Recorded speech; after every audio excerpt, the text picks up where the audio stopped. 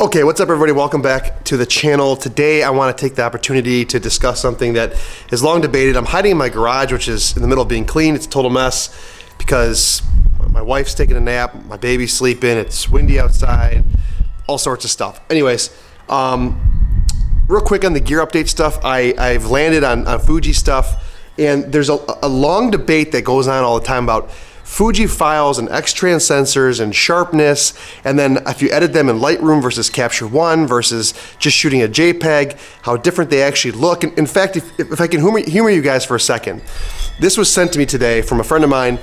It was on Samuel Street Life's live stream, and he was talking about this. It's a 1.5-minute clip, so I'm not trying to steal your content, Samuel, but it brings up the point. Let me play this for a 1.5 minutes right now.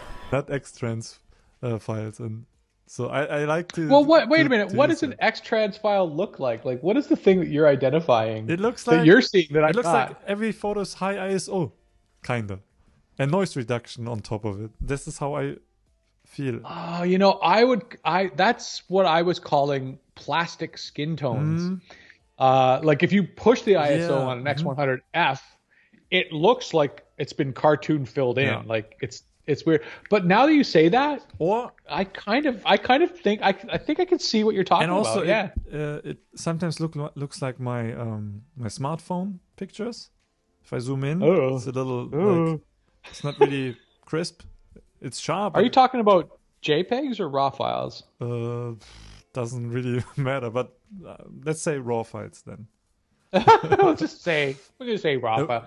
That's interesting. I gotta have another look then. Yeah, but it's only if you use another camera that is not an XTrans sensor. Then you see the pixel. You can see individual pixels almost. Oh, that's But weird. on the XTrans, Okay. you don't see them. It's like this. Yeah, but that could just be the way that Lightroom is effing with the XTrans sensor. Maybe, but I didn't see a big difference on Capture One. So Yeah, that's weird. I don't know. it's fine when what do you guys when you don't look at them, super close. Okay, and so I got to wondering, how much of that is true? Like objectively, what is the actual difference? Now, I know he's comparing XTrans files to like other files, and I've played with every camera under the sun, and I will say some files do look better in RAW than others, and there's all that. But I wondered to myself, how much do Fuji files lack detail? How much do the RAW editing processing software change the sharpness, and does it change the color? So here's what I did. I shot 4 photos of some random stuff with the intent to pick colors that you might run into when you're shooting photos. And I took those photos and I put them into Capture One and I put them into Lightroom. I didn't edit anything. I set them to the standard profile that I used. So the JPEGs out of the Fuji camera as is are in Provia. And then for Lightroom, I set them in camera matching Provia. And in Capture One, I set them to the Provia profile as well. And so they should all theoretically have the same output. And well, here, let me roll some music in the photos. I did the photo itself and I did a crop of it so you guys can take a closer look. The crops aren't exact. It's really hard for me to crop exactly the same in each software, and taking screenshots or PNG shots of JPEG files, but I did my best. So let me roll some music. Here's the photos, comparing the 3, and yeah, I'll come back to this.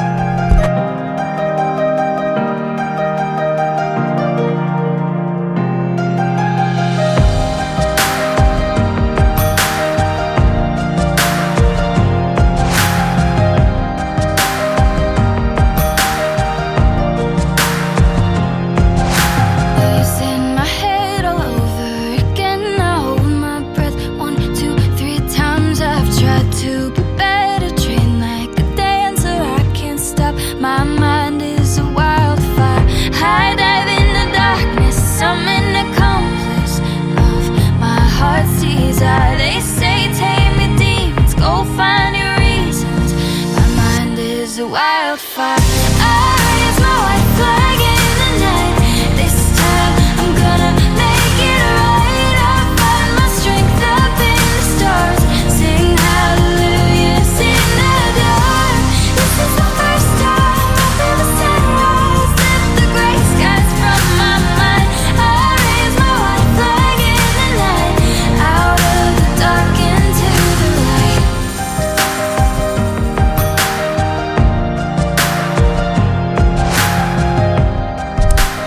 Okay, welcome back. What'd you guys think? Go put that in the comment section below.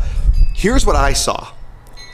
I saw that, first of all, the Fuji JPEGs have a lot more punch, and just the colors are different. The Capture One and the Lightroom files, they don't look the same at all. The Lightroom files had a little bit more punch than Capture One. The Capture One had a bit more of a green cast to it, which was surprising to me. And again, this is just the Pro Via, so maybe the other simulations or camera matching profiles look different, but in Pro Via, big difference there. Like, I'll take the Fuji JPEG straight out of camera all day, every day. And then second to that, I felt like the Fuji JPEGs out of camera had the most detail still as well. With Lightroom and Capture One being close, I think Capture One had a bit more detail, but they're so close it was like splitting hairs, which was really, really interesting to me. Again, this was shot on a Fuji X-T3, by the way, if I didn't tell you this already, on the 23mm f2 lens. Some shots were at f2.8, some shots were at f4, some shots were at f8. So I was all over the lens map on that. And that was very, very interesting. Now, of course, if you're shooting RAW, the whole point of shooting RAW is to change things to your taste and your preference, so maybe this doesn't matter. But it is interesting from a starting point. If you're trying to reproduce some of that color, the Fuji magic, if you will, in-camera JPEGs are different, in my opinion, than Capture One and Lightroom. And that surprised me because I thought Capture One, being that it's kind of sponsored and promoted by Fuji, would be close or very similar or the same even as to what comes out of their cameras, and that's not really the case. So anyways, guys, I just wanted to make this video for you guys real quick. When I'm interested about something, I share it with you. That's what I did here. Thanks for watching. Sorry for the wind chime noises. It's super windy out. Crazy. All right, I'll see you guys next time. Peace.